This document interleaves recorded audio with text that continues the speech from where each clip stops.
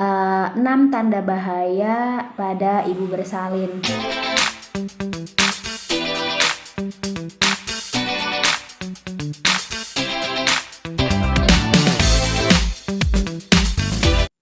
Hey, assalamualaikum warahmatullahi wabarakatuh. Kembali lagi dengan saya Bidan Juju di Ngobrol Pagi.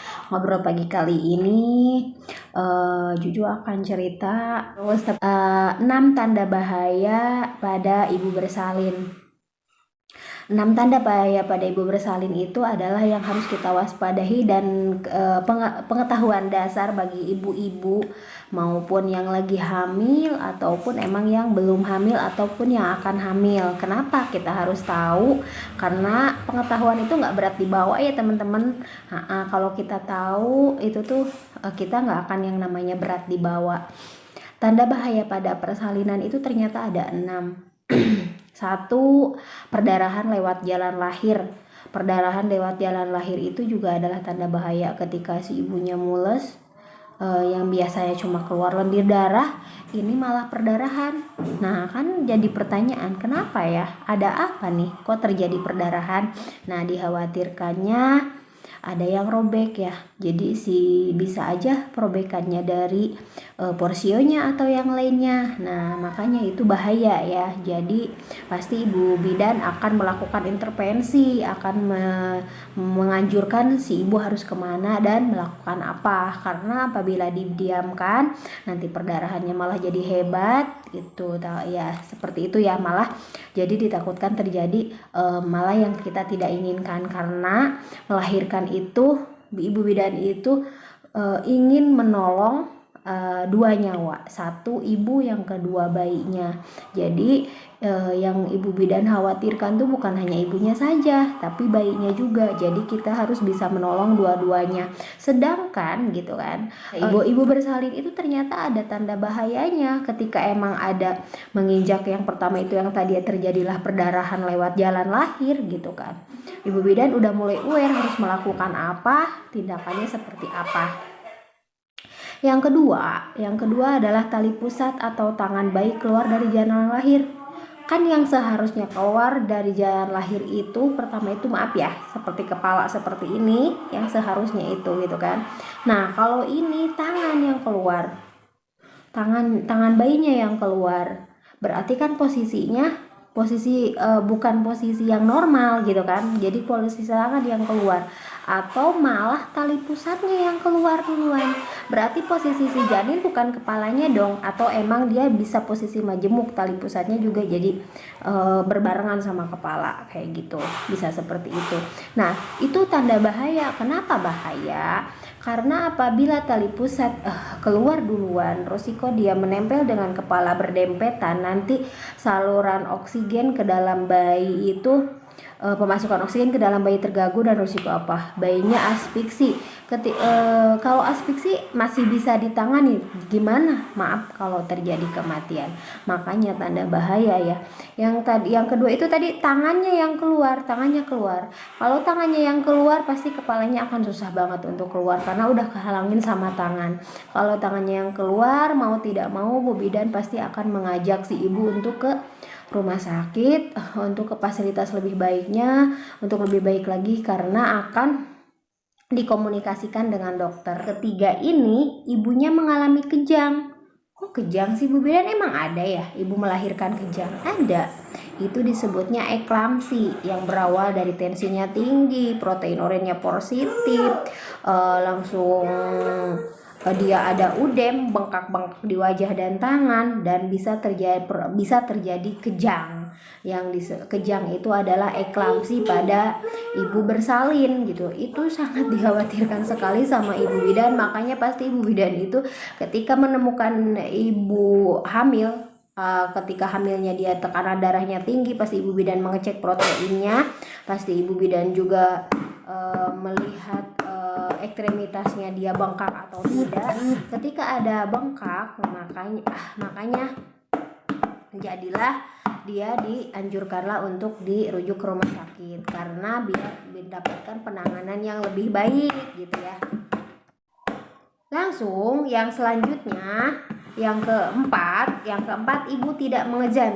ibunya tidak mau memesan, padahal kepala udah mulai bagus penurunan kepala bayinya, tapi ibunya tidak mau memesan gitu, nggak mau mengatur napas. Si ibunya jadi apa ya, jadi nggak karuan gitu ya, dia nggak mau mengezan, mau walaupun kita bantu tetap aja, soalnya dorongan untuk melahirkan itu dari tenaga si ibunya. Kalau ibu bidan hanya membantu dari luar saja kan, iya, dia hanya menerima gitu kan, atau mengasih arahan-arahan gitu kan, tetap aja untuk tenaga untuk mengezan itu ada di si ibu. Baik, terus yang kelima, air ketubannya keruh dan berbau. Nah, air tuban keruh dan berbau itu ibu bidannya bilang itu mekonium. Mekonium itu berarti si air ketubannya si dedenya udah BAB di dalam. Jadi terjadilah meko. Jadi ketubannya itu hijau kayak jus alpukat seperti itu, berarti kan emang udah sangat kental sekali, dan itu tuh resiko buat dede bayinya asfiksi. Apabila emang terhisap sama dede bayi, resiko infeksi, resiko keracunan lah ya, keracunan air ketuban, itu yang disebut keracunan air ketuban. Air ketubannya keminum sama dede bayi, sedangkan air ketubannya sudah terjadi meko gitu. Itu air ketuban keruh dan berbau, malahan sampai kayak jus alpukat seperti itu bahaya ya. Jadi ibu-ibu lihat melahirkan ada salah satu tanda, konsultasikan atau emang kasih arahan untuk komunikasikan dengan ibu bidannya langsung. Emang pasti ibu bidannya akan melakukan rujukan ke rumah sakit atau melakukan intervensi, karena emang itu harus ditangani dengan cepat, karena yang bidan pandang itu dia menolong kelahiran itu, yang dia tolong itu bukan hanya satu nyawa, tapi dia 2 nyawa, anaknya dan nyawa ibunya harus selamat gitu. Yang keenam, ibu gelisah atau mengalami kesakitan yang hebat. Ibunya gelisah nggak karuan, jadi emang dia nggak bisa mengontrol rasa sakitnya. Dia sangat kesakitan sekali, gelisah ngedan, bukan, itu belum apa-apa dia udah sampai ada yang sampai pingsan, ada yang sampai, pokoknya dia gelisah, jadi tidak bisa mengatur rasa sakit dan yang lainnya ya. Jadi kalau terjadi seperti itu pun ibu bidan pasti akan melakukan intervensi, karena kalau emang ranahnya puskesmas itu hanya beberapa teman puskesmas gitu kan. Tapi kalau emang kita oper alih ke rumah sakit yang fasilitasnya udah lebih memadai, dokternya udah siap, segalanya udah siap, jadi yang namanya intervensi atau melakukan rujukan terhadap ibu bersalin ataupun ibu hamil itu udah menjadi pilihan yang tepat gitu kan, karena ibu bidan itu niatnya itu untuk menolong 2 nyawa itu yang harus kita selamatkan, itu 2 nyawa antara ibu dan bayinya. Jadi emang kepada ibu-ibu jangan takut ketika emang ibu bidan mengarahkan sebaiknya ini ke rumah sakit, jangan takut gitu kan. Makanya untuk jaminan kesehatannya mulai disiapin ibu-ibu, BPJS-nya seperti gitu ya, kalau yang mau menggunakan BPJS atau emang yang lainnya. Karena untuk di tahun 2022 ini ternyata di daerah Cianjur itu dulu kan masih digunakan yang namanya jam persal, dan sekarang itu sudah tidak digunakan lagi, hanya berfokus pada BPJS. Makanya ibu hamil yang masih hamilnya itu, maka buatlah BPJS, karena itu untuk jaminan kesehatan. Kita tidak tahu akan lahirannya di mana, akan seperti apa, karena melahirkan itu emang juga sama sesuatu yang unik gitu kan. Jadi emang apa yang kita tidak duga, apa yang kita tidak bayangin gitu kan, semuanya ya bisa terjadi gitu kan. Apa ada kata saya juga ada ketika kehamilannya aman-aman saja, semuanya baik-baik saja, tapi ketika melahirkannya ternyata emang ada tanda bahaya yang 6 tadi salah satunya. Makanya pastinya ibu bidan akan melakukan intervensi dengan mengajaknya atau mengkonselingnya untuk pergi ke rumah sakit, karena untuk fasilitas yang lebih baik lagi, yang telah mumpuni, maksudnya yang telah lengkap, udah ada dokternya, udah ada, dan emang orang yang menolongnya pun juga banyak gitu. Kalau di rumah sakit itu kan menggunakan tim ya gitu kan, menggunakan tim, dengan adanya objin, adanya ketika emang dia harus memerlukan, dengan misalkan harus bedah sesar dan emang harus segera, kan bisa dilakukan dengan bedah sito gitu kan, ketika emang itu dibutuhkan ketika di rumah sakit. Tapi kalau emang kondisinya lagi di rumah ibu bidan gitu kan, yang notabene di sini tuh tempat klinik saya tuh jauh ke rumah sakit, perlu 5 jam ke rumah sakit, sayang Cianjur itu perlu 5 jam gitu kan.